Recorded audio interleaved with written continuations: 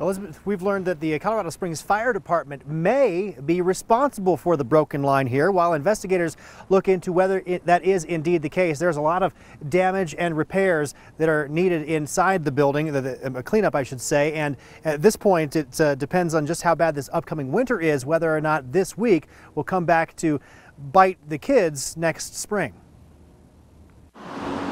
It's pretty much like a free week without any school. It's most students' dream come true, an unexpected entire week off from school. Doherty sophomore Christian Ackerman got the good news from his mom this morning. She's like, Chloe and Christian, you guys don't have school today. We're like, really?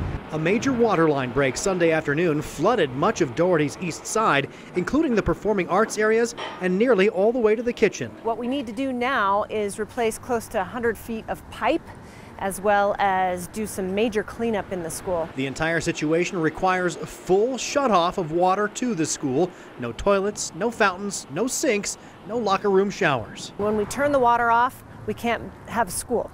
Therefore, we can't have school for the rest of the week. Even extracurriculars forced to relocate. The football team practicing today at Gary Berry Stadium.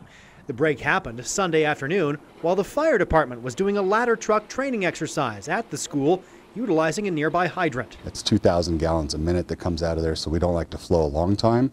However, that is putting strain on every system. Anytime we have a large incident like that and we're pulling that much water from the system, there's a lot of moving pieces going on. Damage assessment crews will determine whether the training activity caused the line break, but the timing raises questions. If there is an issue with it, then we're going to have to go back and figure out why it happened and what can be done so we can get that practice in. School is already out for Thursday and Friday this week for conferences, so kids will only miss 3 days.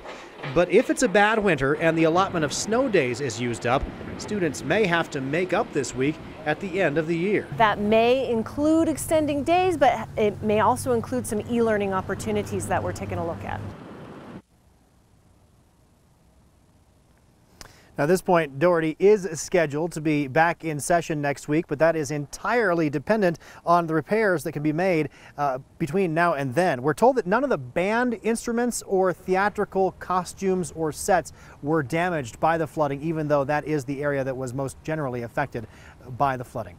Always watching out for you, Colorado Springs. Zach THAXTON, News 5. Zach.